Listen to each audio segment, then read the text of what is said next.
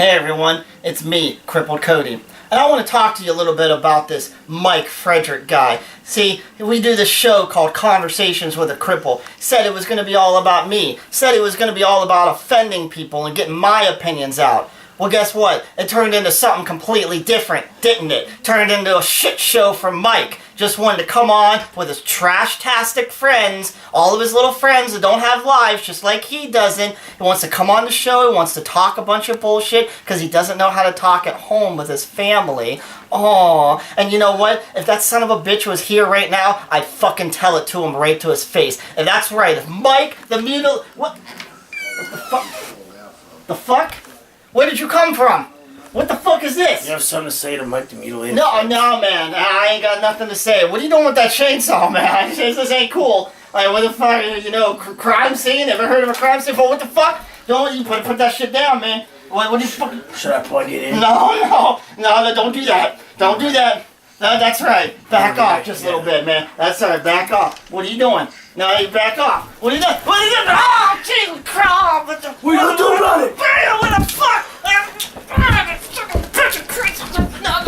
Oh, yeah, fuck yeah, I think I knocked him out. Let's get the pin. Ref, get in here. 1, Yeah. 2, 3. Yeah. I got him. Get his fucking ass out of here. I got him. And I tell you what, you guys are watching In the Ring Talk with Mike and Cody, and I hope you enjoy the show. Hello everyone, this is Cody, and this is Mike, and this is our debut episode of a new show that I call In the Ring Talk with Mike and Cody. Of course, I'm Cody, like I said. This is Mike over here. Mike. Oh shit, man. Yeah, Bad, show. Man, my bad. Dude, I'm sorry, man. I picked this up on the way here. You know how much I love Hustler, plus it's the all anal episode. Okay. Issue. Okay. And like I normally don't buy these, but like when there's a brunette on the cover, I always get it. And plus, like anal, anal's my shit. Yeah, no. And I buy them for the DVDs, but a lot of times there's no anal on the DVD, so I stopped buying them. That's why I only buy them like 2 times a year. So I figured since it's an anal episode, I'll get the anal DVD. I'm cranking down hard as fuck tonight. Yeah. I don't know. I'm probably gonna fuck and crank. Like I'm gonna get Aaron in the ass, and then I'm gonna fucking crank out to watching bitches take it in. All right. And then gonna have to work my hand. Like my wrist is gonna hurt at work tomorrow, and I've got to buff cars all day. But all right. So put that shit away, because now we're gonna talk about wrestling for just a few minutes. All right. So this is like we're talking 1999 Attitude Era wrestling. Right no, you're drunk. We're talking about current product 2017. Why the fuck did I put my X-Pac goddamn bandana on if we were going to be talking about the old Because school? I just wanted you to look relevant to the subject.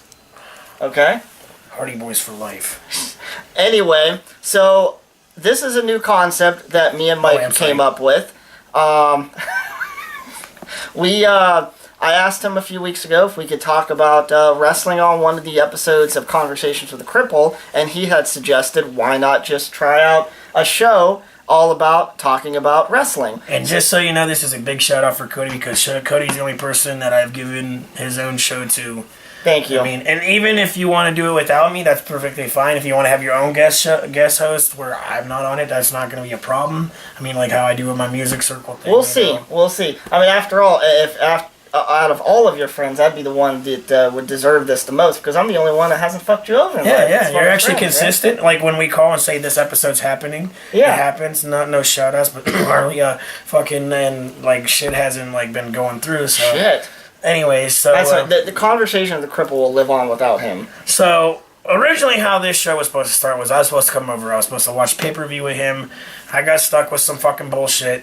So he watched pay-per-view, and I didn't get to make it for that, but he will give you some highlights on that. And yes, so for right now, because this is a trial period of this show, we are exclusively going to be talking about SmackDown for right now. SmackDown weekly. Which is funny, because he used to hate SmackDown, and I love SmackDown because the Hardy Boys were on SmackDown, and he loved Raw. When I was a kid, I was all about Monday Night Raw. That's where I thought everything happened. And for a little while, that is where everything happened. Yeah, I know. I mean, it was the more, like, vulgar and stuff. That's why it was called Raw. Yeah, but then eventually, like, I got a little older. Just like Stephanie McMahon's pussy after fucking the Macho Man was done with her. Oh, yeah, brother! Just like fucking 16 years old.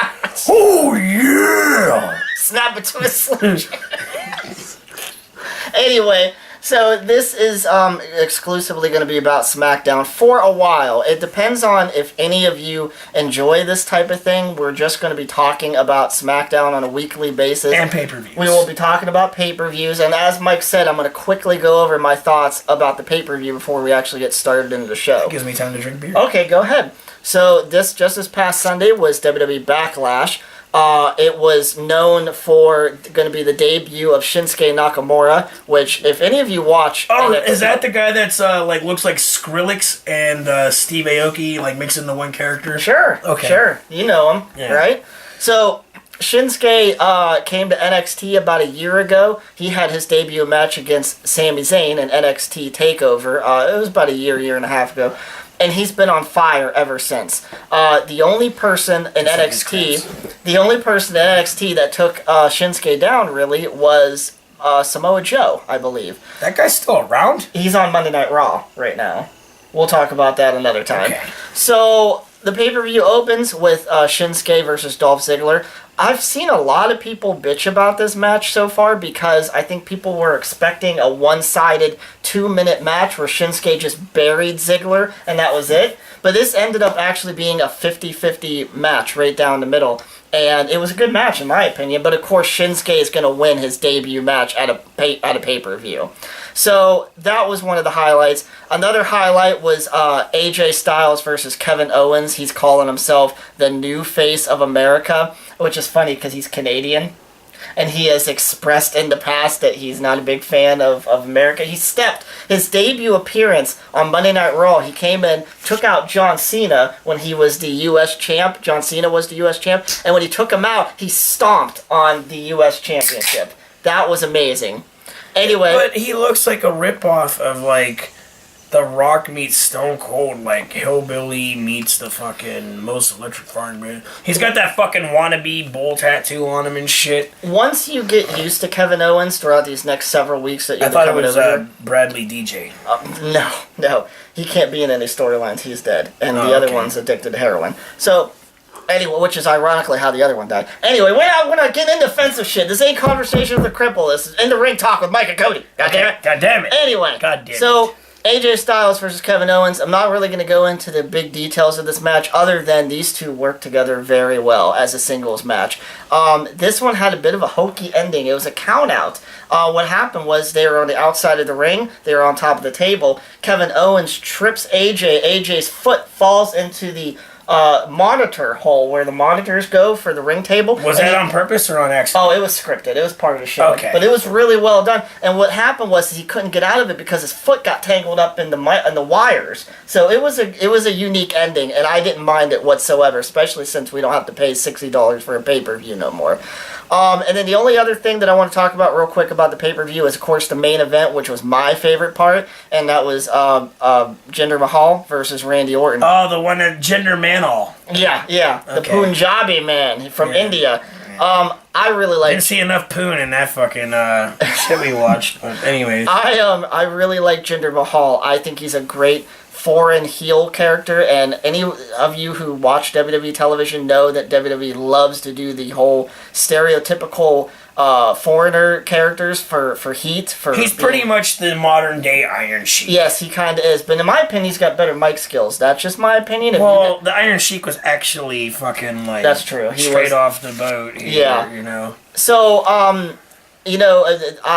I don't have a problem with Jinder Mahal. I think he has a great physique. I think he's good in the ring, and I think he's good on the mic as well. And that's just what I think. What I did not think was that he was actually going to beat Randy Orton Sunday night at the pay-per-view, and he did.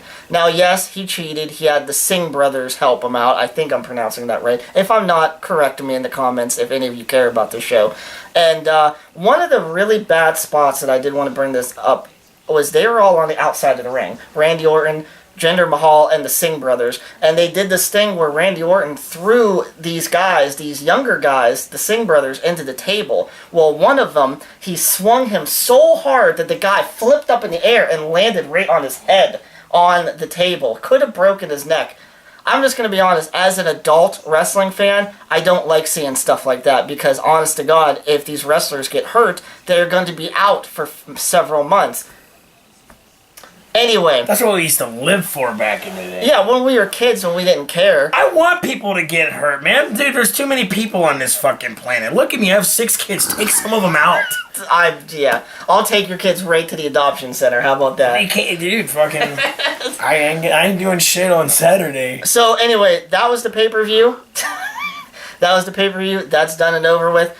Now, before we go on to SmackDown, I did have to show Mike a little clip from Monday Night Raw. It's the only thing that I thought you were going to talk about that fucking banana split we watched earlier before that. No, okay, no. We're not going to bring that up. But that conversation with Cripple, another episode of that. Oh, we got that. But, so the one thing that's happening on Monday Night Raw, and this is the only thing I'm talking about with Raw right now. And I got excited about it when he is said the fact that they turned Goldust heel for the first time, and Christ, I think it's been more than 15 years since Goldust has been heel. And they brought back the old school cinematic and everything, dude. I'm sure whoever is watching this probably seen Goldust's promo on Monday Night Raw. It was great. I got excited, and I haven't watched wrestling for years. I'm only doing this because Cody asked me. As soon as I feel bad for him. As soon as I seen it, I immediately thought, oh my god, he brought it back to 1997. It was fucking awesome, dude. When they first turned on and he first turned around and started talking, I thought, wait a minute, is this a clip from 97? Yeah, that's what I thought. I was like, what the fuck? Yeah, so skimming past that real quick, I absolutely love heel Goldust. I know we're in the PG era right now, and they're probably not going to let him get as weird and creepy as they did in the late 90s, but goddamn. Please do it. Yeah, please do it. Heel Goldust. Stop being a pussy because of these kids. Yeah. What are you going to do, have a transgender fucking goddamn wrestler next? Yeah. Jesus Christ, we gotta have everyone's feelings be okay. So, you already got someone called Gender. Yeah. Gender. Gender Manal. The modern age Maharaja. So anyways, we watched SmackDown. Yeah, we did. We watched SmackDown, and we are going to go through it, and my thoughts and his reactions as quickly as possible. So that's what we're going to start with now. There wasn't that many because wrestling sucks now. Go back to the Attitude Era. That's your opinion, Mike. I personally like the new product.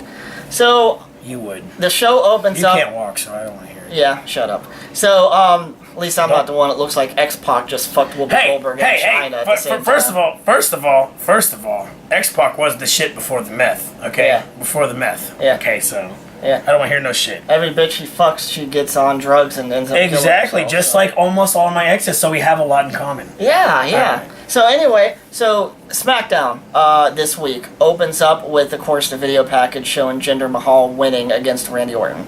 So it starts out live in the arena with Shane McMahon coming out, and he's what's up with the fucking the rap shit and the little weird dance thing he was doing? That's always been Shane. You don't remember that? I remember him being a little spastic, but I don't remember the rap music. Maybe he's just making up for the fact that he won't dye his hair back to brown or whatever. Because I don't know what the fuck is up with that. So Shane McMahon comes out and he addresses the Money in the Bank ladder match, and I thought this was a good segment. They did the typical, all the competitors come out one after another, have their little say-so on the microphone. Except for Kevin Hart or Kevin Owens. Yeah, Kevin Owens tried to. I said Kevin Hart. And I actually like that because they actually mixed it up a little bit with Kevin Owens coming out before the final competitor, Shinsuke Nakamura. And then to my surprise, Shane McMahon actually puts Kevin Owens in the ladder match, the Money in the Bank ladder match, as the 6th competitor. I don't mind this at all, because all of these guys are talented, in my opinion. As soon as I saw that guy go out, and he was like, you're not a contender, I was like, oh, but they're going to... Because, I mean, we've all seen enough wrestling. Even me, who hasn't even really watched it recently, except for with him, knows that, you know what's going to happen when you see certain things. Like, as soon as that confrontation, well, then you're in a match, motherfucker! So I knew, okay, so there's going to be 6 instead of 5. Like, I already knew that. Well, I haven't seen the shit in years. What I thought, though, is I thought Kevin Owens was going to attack Shinsuke when he walked down the ramp and walked past him. I thought that was what's going to happen, but they didn't go that route. I probably would have been happier with that route. But, so yeah, they addressed that. They set up the match for, I think it's 4 weeks from now. Money in the Bank pay-per-view is going to be a SmackDown exclusive. And all 6 of those competitors, well, maybe not Dolph Ziggler. I'm not over on Dolph Ziggler anymore. I think he's kind of a has-been nowadays. I used to be really into the concept of Dolph Ziggler being a champion, being a main competitor, but I'm over it now. Let the other guys get their say-so now. So yeah, all the competitors, with the exception of Dolph Ziggler, should be in that match. It should be a great match, and we're going to cover that, actually. Yeah. We're going to cover that pay-per-view. I'll be here for that pay-per-view. Yeah. And also, we're going to start actually going to events when they come near us. We're going to maybe even record some of it so we can actually have some live footage. But yeah, you'll get some live reactions. Who knows, maybe we'll come back and record the episode on the spot so that we're still hyped from the fucking show. Yeah. So after that, then it's time for the women to come back into play. Now, before we get into what your comments are about Natalya, I must say real quick, I am not a fan of the whole welcoming committee, what they are doing with Charlotte, what they've been doing with Becky Lynch. I am not a fan of it at all. I don't know any of these wrestlers. I just know that some of them are fine as fuck. In my opinion, and again, I want everyone else's opinion. Correct me if I'm wrong. I don't mind that. I don't like it when they add so many 6-person tag team matches and faction this and we're all in it for the same motive that, and it's absolute bullshit, and it takes away from the magic of some of the competitors, in my opinion. Charlotte, for an example, does not deserve to be in that mix. She needs to be in the main event. So, moving on from that. Well, you wanted to talk about how I found Bret Hart's niece attractive. Oh, that's right. Yes. That was only because you didn't have your glasses on. Well, no, they kept showing her for snippets here and there, but does she remind you of your ex, Ashley? No, not at all. Okay, actually, that she was definitely way better looking. Way better looking. Yeah. But once they later on in the episode showed her face straight close up, I was like, I can see it. She almost kind of had a Gina-esque look to her. But dude, the chick with the red hair was fucking hot. I would have fucked the shit out of her. Even the black chick was hot, and I'm usually not, that attracted to black people. No offense, not racist, I'm just not that usually into black chick. And I fucked a black chick, so. Yeah, the next match after that, after that little opinion there, it was Charlotte and Becky versus Carmella and Natalya. There's not much for me to say about this. I'm not into it. I'm not into this storyline. And that's something coming from me. I'm usually pretty optimistic about almost anything that WWE does, except for the really silly stuff. I thought the match was cool, and I thought the concept was cool at first just because I haven't been watching the show. Yeah. And but then later on in the episode when they started bickering and acting like a bunch of fucking normal bitches at the bar arguing, I was like, oh, okay, here we go. So it's basic bitch bullshit. All right. Yeah, it was real stupid. And by the way, basic bitch bullshit. Yes. And by the way, get James Ellsworth the hell out of there. His character is so fucking stupid. What the fuck is that guy? He wants to be fucking Eminem. No, so real quick, James Ellsworth, I can't remember exactly why he came into the picture, but he came in to the WWE with this character that he was a nobody, and he was the common... He still looks like a nobody. Well, no, he had this more of a common, any fan out in the crowd could be him, that type of thing. He still looks that way. And he actually beat the champion a couple of times, not for the title belt, but I thought he was going to say he beat the women, but I was like, okay, that would make more sense. I respect him now. You'd believe that. He was the pimp, bitch better have my money. Right, that's why I respect you so much. Exactly. Bitch better have my money.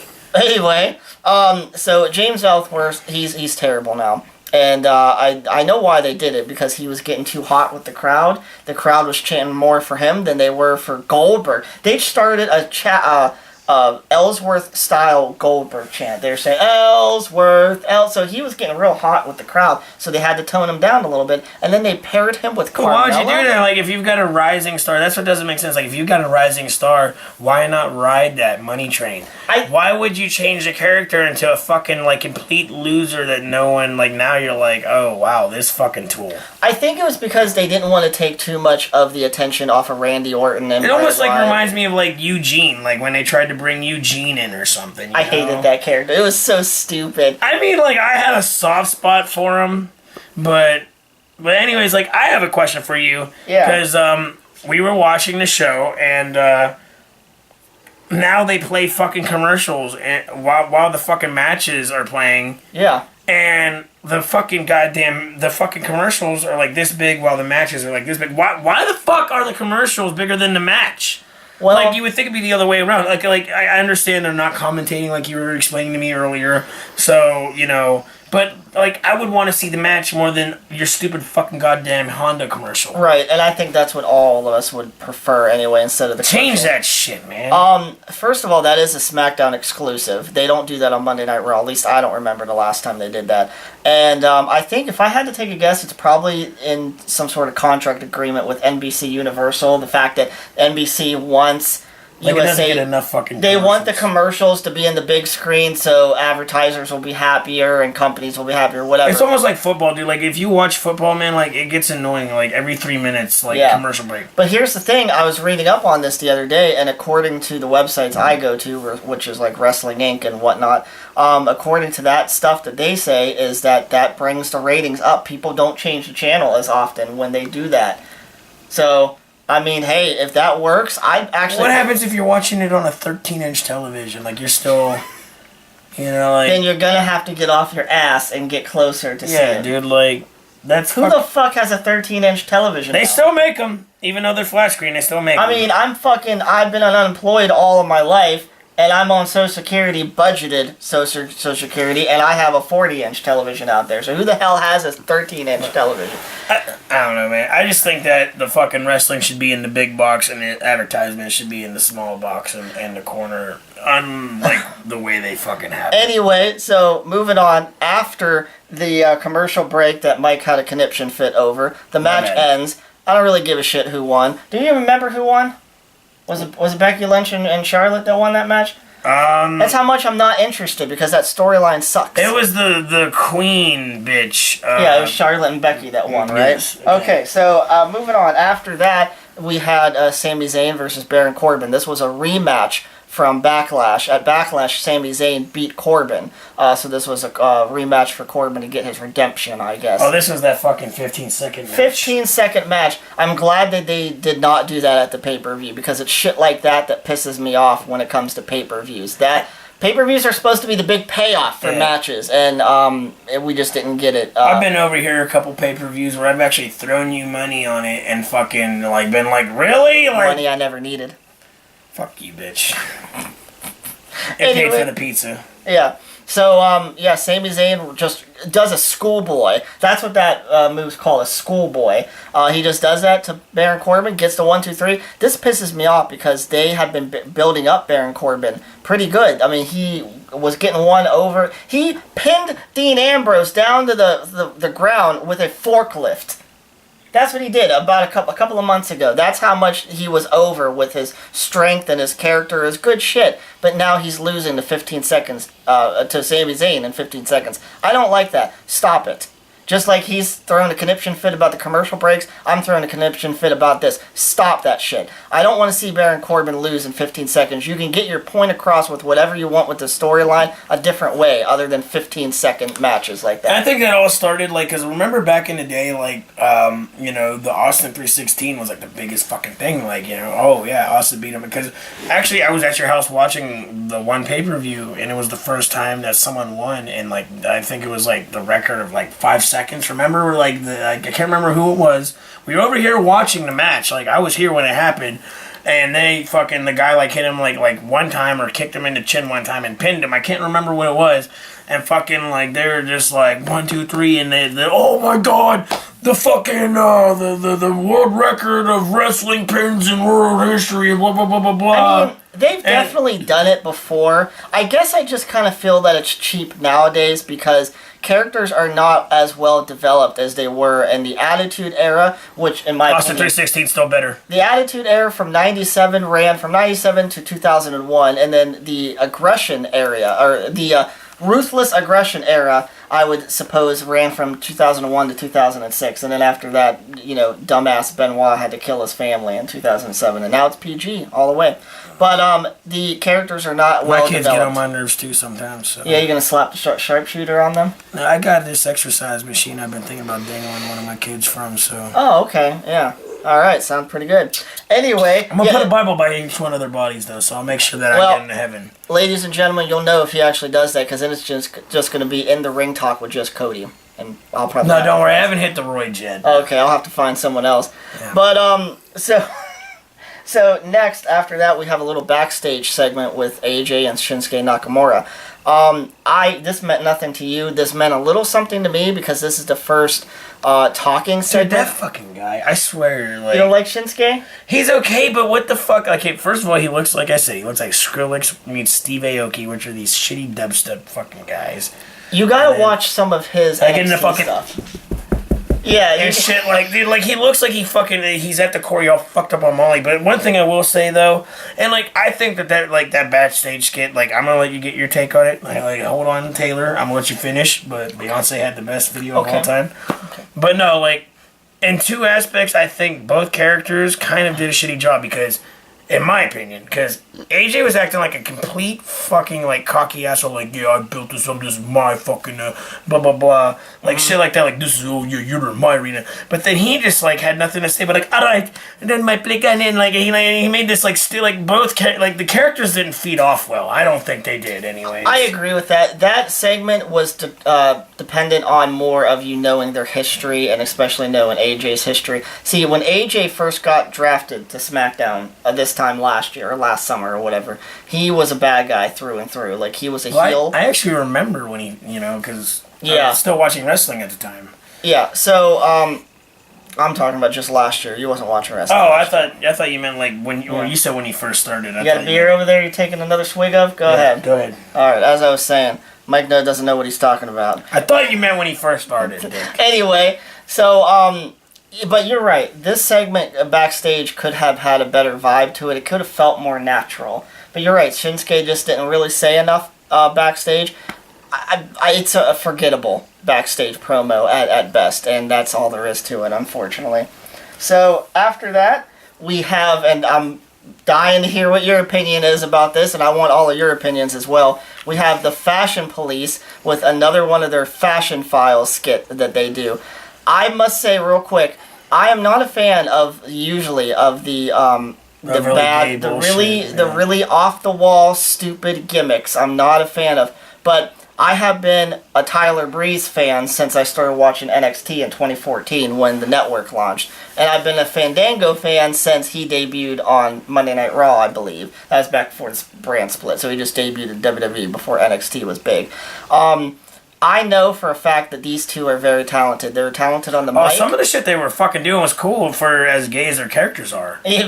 So they're really talented in the ring, and they know how to entertain on the mic, in my opinion. So when they started with this whole Fashion Police gimmick, it wasn't getting all that much time and airtime on Raw or SmackDown.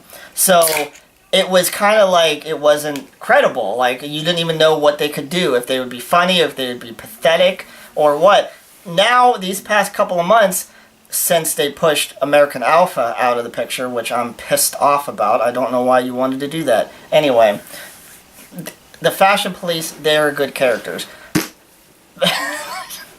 That's not nearly as silly, by the way, as some of the stuff WWE has done in the past 2 years. Yeah. I thought when I first saw, like, because remember, like, before they actually showed their little promo or whatever the fuck it was, when they showed that Fashion Files thing. The Law and Order parody? Well, no, before that, they showed a picture of them before they went into the promo. Uh-huh. And I remember watching that, and I was like, oh, what the fuck is this? And it looked like some Village People shit. I was like, really? Like, they're going there? And you're like, oh, actually, you'll probably like this. And I was like, oh, yeah, I'm sure. But, like, dude, when they walked into Shane McMahon's office and they were pretending they were actually cops and, like, fucking, here's our badges. They play it off so serious. It was so, like, dude, he handed him a comb. He handed him a comb and, like, some shaving cream. He's like, here, be careful with that. Like, that was fucking hilarious. I actually loved it. Like, I thought it was hilarious because, like, I think you went to the same one with me. Do you remember, and I swear to God, I think it was the same one, because we talked about it, and I swear we had the same one, at the wrestling match at the Packard Music Hall. Remember those overly gay guys, like, every time they tag team, they would hug each other and shit like that? Like, that was too much for me even as a fucking kid. But it wasn't funny, even looking back. Yeah, but it was like, even me and my dad were like, what the fuck fuck. Yeah. Like, but yeah, it was weird, but like, it like, what I liked is like, you know, like, I have no problem with, you know, the sexuality, but I just don't want to I don't want to see it like left and fucking right. Like, I don't want to see it shoved down my goddamn throat. Kind of like what we were talking about in episode 3. Yeah, but that was fucking hilarious, dude. It had me laughing my fucking ass off. So here's the point, real quick, I want to make up about Tyler Breeze and Fandango.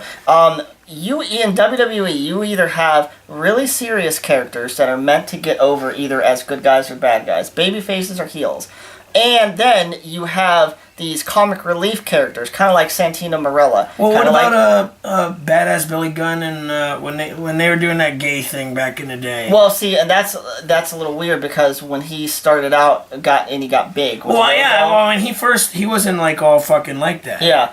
Well, that's the thing. He started out at first. You're right. At first, and the fucking at first he was real serious. Attitude Era. New Age Outlaws.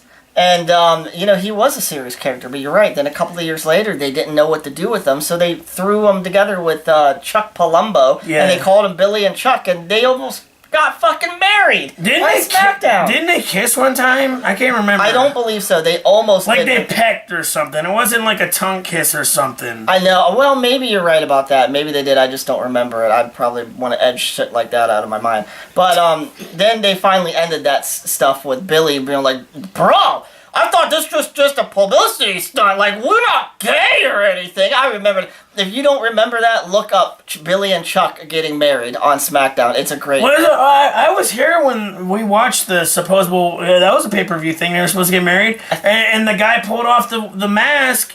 Remember? It was Eric Bischoff. I think you remember it. I think that was a different wedding. Oh, you know what? Yeah, I think that wasn't that Lita and Kane. Lita and Kane. Yeah, something like that. It was either that or Stephanie and Triple H. Lita, I still think you're fine even as an adult. A lot of people have grown to not think you're attractive, but I still would fuck the shit out of you. Yeah, I probably would too. Aren't you also attracted like Mae Young?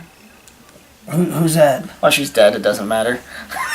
She's the real old woman, Mae Young. She got powered. Oh, the old lady that got her didn't Stone Cold do a stunner on her one time? She has been through, in the Attitude Era, she went through everything that you could possibly That is one bitch that took a lot of painkillers. She fucking she gave birth to a hand. She got pregnant by Mark fucking Henry, sexual chocolate, and she gave birth to a hand.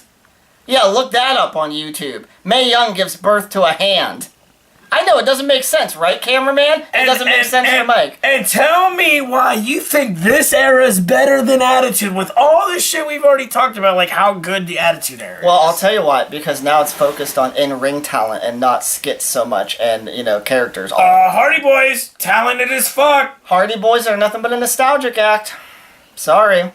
Anyway... So, I'll twist the fate you right now, motherfucker. Where the fuck were we? Oh, wait, I can't do that because you'd have to stand up in order for that to happen. Oh, I'm going to ignore that one. X-Pac Mike. Oh, okay, my bad. Sorry, I didn't realize. I thought China would be here. Oh, wait, she's dead, just like your cousin Brad. Just like most of my family members. We keep going into the conversation. I'm sorry, okay, well, it's our natural thing. Before you know, we're going to have a warning at the beginning. Just so you know, sometimes, like, the conversation with a cripple thing, you know, like, we do push ourselves to be extreme, but some of that is just us in our fucking natural habitat. Now you know. Some of that is gonna come out into this. Yeah, like we're not playing characters on that show. Just to let you know. Like there might be a little bit of some extra pushing forward, but a lot of it is natural. So getting back on topic here, the Fashion Files and the Fashion Police in general. My point earlier was that I was trying to make was that they work. The reason why they work is because not only can they pull off the comic relief characters, but they are all the fans are behind them,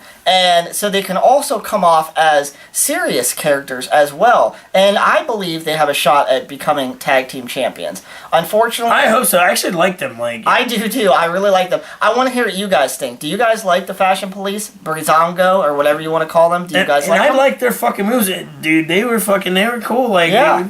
So and we're going to get to the match here. It was a couple of segments later. But yeah, that Fashion Files segment, pretty good. I'll have to show you what they did at the pay-per-view. Real quick, the pay-per-view match that they had with the Usos, the tag team title match, that was probably by far the most entertaining part of Backlash. Not the best match, but the most entertaining match. And I want to hear you guys' opinions on that too. So after that, we had... the Punjabi. my favorite part of the show, because I absolutely love Jinder Mahal as a character, as a heel, the Punjabi celebration. It's he very first Indian champion, right? Is that what they actually said? Indian, like not Native American, like actually Indian, like oh yeah. So he came out to this really wild celebration. These people dancing all around. Mike, I think you had a comment one thing I will say, like I did like real quick before I get to what I had to say is dude, they had this. I wasn't watching it, but they had this fucking cool ass drummer. He had a fucking snare on one side and I don't know if it was a bass drum or like a djembe, but it was one drum and they had two different heads on each side. And this dude was playing the bass on one and the snare on the other. And me being a musician, I really appreciate that. I'm dope. I was dope. I'm gonna find that. But one thing I didn't notice was, he really is, he really does care about one gender. He is a gender man, all type person. Because I only saw a couple women in that bitch, and there was a lot of dudes dancing around. A lot of dudes, a lot of them. I mean, in India, gender man all day, but like. In India, don't they all... And he was like, fuck you, I come to your country, you son of a bitch, and fuck you, Lord. He was probably, in his own language, he was probably saying, alright, bitch, we are all five of us men, we're going to hold you down and we'll fuck you tonight. Nah, I was probably like, I'm going to get the fucks where you feel me. This dude's going to fuck me, then this dude's going to fuck me, and then this dude's going to fuck me, and you will watch and you will record. All while this towel is on my head. Anyway, so, we had I'm going to rip the cum off my back with this fucking towel on my head. Sorry. So we had the Punjabi celebration. It was pretty standard, other than the little bit of the majestic, as JBL said a little bit later on. The majestic. More like a lot of dudes, not enough women. Yeah. Punjabi, not enough poon, bro.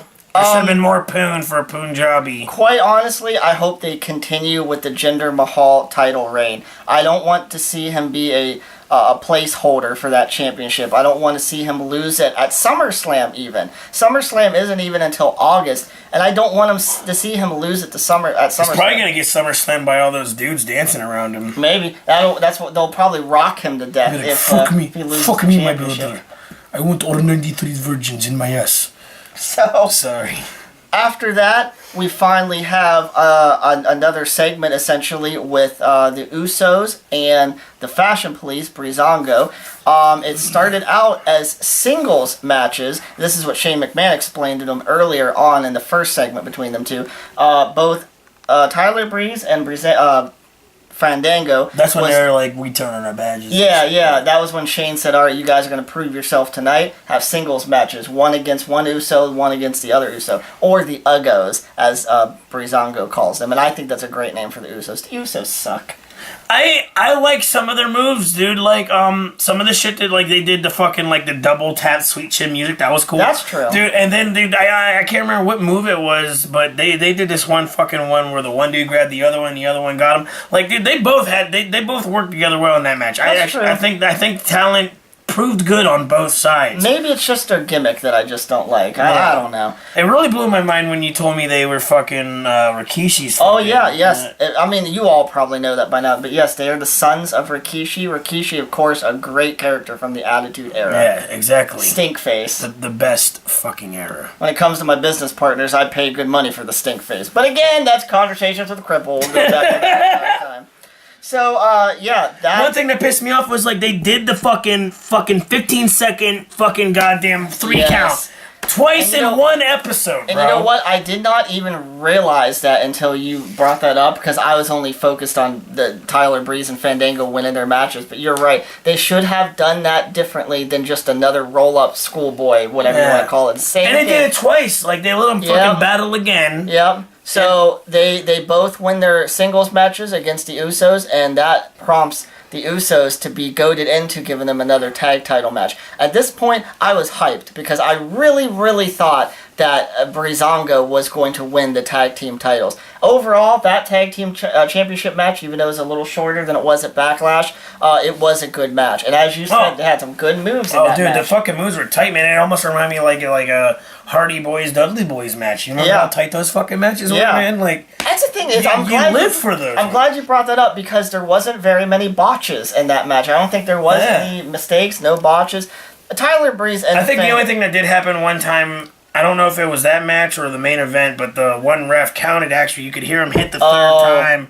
Yeah. And they didn't count it as a 3 count, even though you heard the hand slap a third time. Not every referee can be Earl Hebner, and I think all of you can agree with that. The great Earl. Yeah.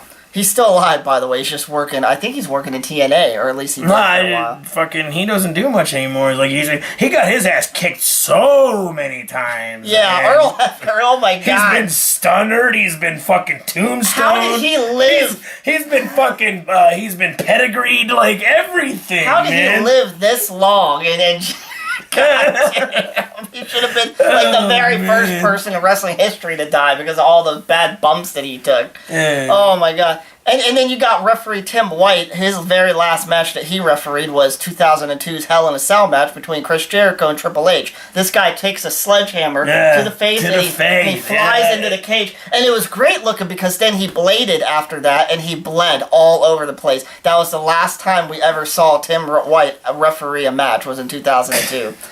I swear to God. And then as a little side note, he had a little bit of a WWE.com YouTube show. I swear to you on this, I'm not making a joke. This YouTube show was all about him trying to commit suicide. And he was failing, committing suicide every chance that he got. Look it up on YouTube. Tim White tries to commit suicide. That was like 2002 WWE Ruthless Aggression era shit. It was really fun. Dude. Maybe I'll show it to you after this episode. So, where were we? We're going back to those stupid bitches because after they had their fucking match, unless you're not done with the Benzino thing. We said everything about that. I love the Fashion Police. I want to hear what you guys say about that. That's that. Like I said, originally I liked those chicks in the way that they fucking wrestled, and like I said, even the fucking black chick I thought was hot. And I'd have to be intoxicated to find a black girl hot, so that's just me. Hey, whatever, man. Fucking. But that's what I've noticed that Bret Hart. It's pretty bad when I said the black girl's hot, and I noticed that Bret Hart's niece looked like more like your cousin Gina, who's gross as fuck. I mean, I can see why. I don't think Owen Hart died on accident. I think he fucking killed himself. Like he was like, "That's my fuck. Wow, I'm done." He knew she was gonna grow up to be like that. Yeah, he just was like, "Blow," and just took a fucking turnbuckle to the face. Oh, maybe he clicked the button on purpose. Yeah, he was like, "Daddy, nope, I'm out." Yep, I don't fucking know. But, I find it kind of funny, Mike, because before they did a close-up on Natalya, you actually made the joke that, that's Bret Hart's niece. I would give her something that was the best there was, the best there is, the best there ever fucking will be. And I'm like, Mike, put your fucking glasses on and take a better look. Dude, the chick with the red hair though, she was fine as fuck. I think that's my favorite one out of all of them. I think that chick with the red hair, and she reminds me of kind of like a modern day Lita, like except for she doesn't do all the high flying bullshit, and she's not sucking one of the Hardys' dicks at the moment. Yeah, not yet. Yeah, not yet. Don't worry, Brother Nero's coming. You just wait when Becky Lynch gets a broken Matt. Just wait when Becky Lynch gets a title shot. She'll start sucking his dick. Yeah, and finally he'll start losing weight and shit. Yeah, when Becky Lynch gets a championship again, you know she's sucking someone's dick, either Hardy's dick or McMahon's dick. It has to, one of them. Yeah. So, it was pretty much a pointless bitch about who's got to be the best, and like so stupid. Typical like drunken stupid women at a fucking bar, like, nah, I'm a fucking better wrestler than you are. Let me say real quick here, I have been a huge fan these past 2 years of the women's division. They have done such a good job with what they have done in NXT, with what they brought up to Monday Night Raw and SmackDown for a little while. But when the brand split happened, they did not divide them properly. They put all the B-plus players on SmackDown, in my opinion, except for Alexa Bliss. Oh my god, you are gorgeous and you're great on the microphone. I get hard whenever I see. Anyway. I bet you she's great at things that look like a microphone, too. I mean, out of all the female wrestlers' nudes that have leaked so far, why haven't Alexa Bliss's nudes leaked, I would much rather seen that than Charlotte Flair's saggy-ass titties. Yeah, you told me about that. Like, at first I was like, oh, I'll check them out. And then you're like, no, they're nothing to look at. I was like, Could you imagine, like, Ric Flair accidentally going past his daughter's leaked news? What? Woo! What? And he blades right there in front of the laptop. Wow! Starts bleeding. I didn't even know that was Ric Flair's daughter. Oh my god! How many WWE fucking goddamn kids are like in the fucking goddamn federation? That's how it is now. Jesus Christ! Yeah, Charlotte Flair. That's a fucking family-owned operation at this point. Yeah. Well, you're not going to see one of Ric Flair's sons in the business. You know why? Why? He killed himself. Hi, Brad. Yeah. Anyway. Damn. So, Woo! So moving on to the main event, because the women's backstage segment absolutely sucked, and you all can disagree with me on that. I don't care. Anyway, so the main event, Mike. Ding ding ding ding! Time for the main event. I wish we had like Michael Buffer still, like, let's get ready to rumble, that kind of shit. I miss that shit. And before, I loved it back then in WCW, because before he even finished his Let's Get Ready to Rumble, the NWO music would start playing. They would cut Michael Buffer off. Dude, I actually was trying to find... that day when I was at that Packard Music Hall, the T-shirt that I bought when I was there was a picture of Wolf. It was the Wolf Pack. Oh. And it said, and it said, "Who's your daddy?" on the back. Don't turn your back on the Wolf Dude, Pack. and I was going to try to find that shirt, because I still own it somewhere in my house, and I was going to wear that to this fucking episode, but I couldn't find it in time. So I wore my offensive Mastodon shirt with the Grim Reaper being a hermaphrodite with a titty hanging out. Real quick here, I just thought we need to get like a female guest on this show, and a titty hanging out? No, you got to give her the Bronco Buster. You wear that, you jump your crotch first in their face in the turnbuckle, because you look like X-Pac tonight. I don't know. That's fine. I'll keep wearing the bandana like this.